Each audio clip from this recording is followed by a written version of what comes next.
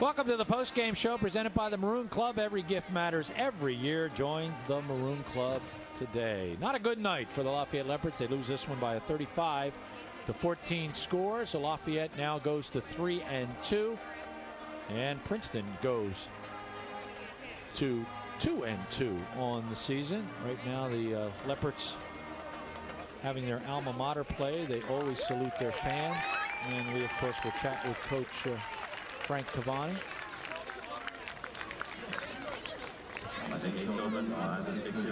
We, of course, will have our player of the game presented by Coca-Cola. They experience the Coke side of life. John Leone is down on the field with Coach Cavani. Here's John. Thanks, Gary. Coach Frank, you've been here for a long, long time. You've seen a lot of good times. You've seen some lean times. I'm not sure this is a game anybody saw coming. Well, certainly not. We didn't execute very well on either side of the ball. Obviously, got to do a better job preparing us. We really felt that we were ready. We had some changes we had to make last minute again. Actually, one that changed some of our defensive game and personnel groupings that happened on Friday. We just got to do a much better job than that. We got our tails kicked. I thought we fought back a little bit there, but you know, we couldn't stop them on third down. We're giving too much up. We didn't tackle well again. And offensively, obviously, we got dominated by their D-line. No, obviously not a good night. So much you could talk about, but, you know, Coach, the very first play of the football game, you just never know. And it seemed to have an ominous feel ever since the cornerback drops the sure interception and the possible 6. Well, we had another one. So there's 2 more touchdowns. We dropped one down here, too. But, you know, the drops on offense, the penalties, inopportune times, you know, you can't do that and get away with it. You know, hat off to Princeton, well prepared, play a hard football game. They got a rough start, lost a couple of close games, and grabbed the momentum there, and we just couldn't get it back. In every one of their games, though, Coach, I'm sure you've broken down the film. This defense is for real. We've seen William and Mary. We've seen Penn. I think their defense was as stout as any you've seen this year. Well, we certainly knew that. The 2 guys inside particularly. And, you know, we just whiffed on them a couple times. And that's making a rough day back there on Zach, you know, trying to get some protection. And, you know, just, you know, one of those nights, John. The linebacker stuff, Coach, you always talk about it. Football is a game of attrition, and depth is so important.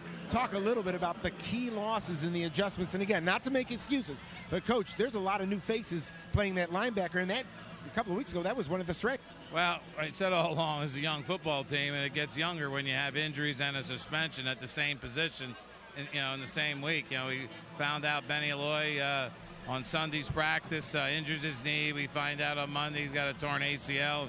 He's out for the season. Did not know until all but 3 o'clock, you know, when Andrew Shoup came down and reported the problems he was having.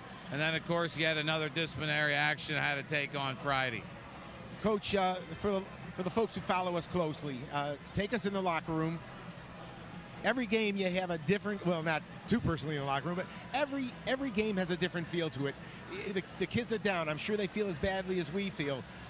Is this a game where you take them to the woodshed? Is this a game where you stroke them a little bit? How do you prepare for Yale next week? Well, you got to bounce back, and you got to look at the film hard and watch the lack of execution on both sides of the ball. We're making calls defensively, and it's not being executed out there, which are the right calls, the right time, then you don't execute them. Same thing in offense, you know, just not staying on a block, drop ball, whatever. I mean, there were plenty of situations in that game for us to at least be in it, and we just totally let it get away from us. Coach, I've seen you do it before. I know you'll get him back next week. Go get Yale. Good luck up in New Haven. Thank you. Our Coca-Cola player of the game, obviously on the offensive side, Ross Sherman.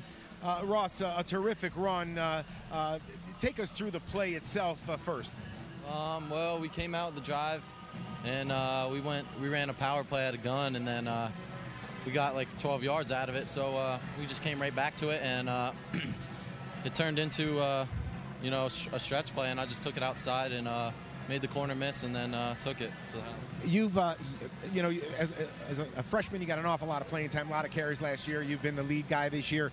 Talk about this Princeton defense and how they compare to some of the others you've seen. Yeah, I mean, all week watching film, we knew they were real strong up front. You know, they got a lot of big, thick guys, and they're 2 D linemen, 11 and 77. They cause havoc in the backfield, and you know, we knew it was going to be a challenge. Russ, terrific run and a good fight back here in the second half. Good luck to you next week up at Yale. Appreciate it. Thank you. Michael, Gary, a tough night here at Fisher Stadium. Back to you guys.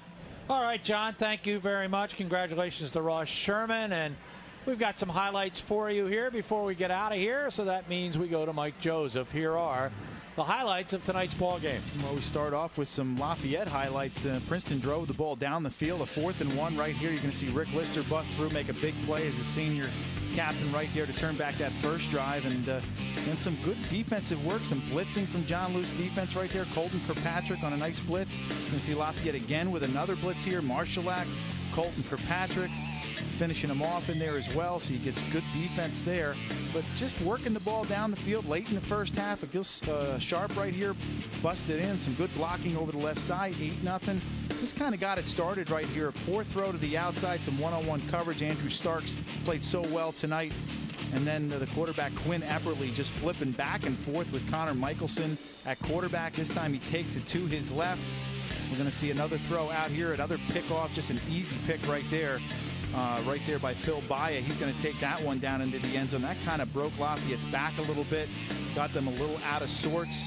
And we talked about Roman right here kind of beating him to the corner. He was excellent on offense, both out as a wide receiver and a running back, and he's going to get that 29-0 lead. Finally, Lafayette comes back, and this is one of the best runs I've seen from a Lafayette running back in a long time, and that one is Ross Sherman, our player of the game, breaks it back across the face of Gaffney there and goes 65 yards for a touchdown. One of the longest runs from scrimmage Lafayette has had in a long time. And you go back, here's another play right here, and they're going to bounce one more in again. Gil Sharp was terrific back there today. Some good running by DeAndre Atwater. You're going to see a nice throw here at the end down to Mark Ross. We talked about how well he's played the last 2 weeks. Gary alluded to that, and Mark Ross obviously getting his, but it was just a little bit too many mistakes. And you know, when you see many faces, and we talked about it, Gary, this looked like a game from last year's team a little bit. You don't have your quarterback, you have different guys in there, and you know, you and I sit right next to the coach's booth, and we can hear their frustration, and it just sounded like a lot of guys out of place, a lot of guys not getting calls, a lot of guys missing gaps. And when you play gap control defense like John Luce does, it only takes one guy to be out of his gap or one guy to try to help another guy, and you can't do that on defense. Offensively, they struggled as well tonight. Well, this one belonged in the Battle of the Cats to the Tigers as they win it by a 35-14 score over the Leopards. We're going to be heading to New Haven, Connecticut next Saturday for a noon start. Let's hope the Leopards can get back on track as they will take on Yale. For Mike Joseph, John Leone, John Bowman, the RCN television team, thanks so much for spending a Saturday night with us. We'll see you next Saturday afternoon. For all of us, I'm Gary Laubach. Good night, everybody.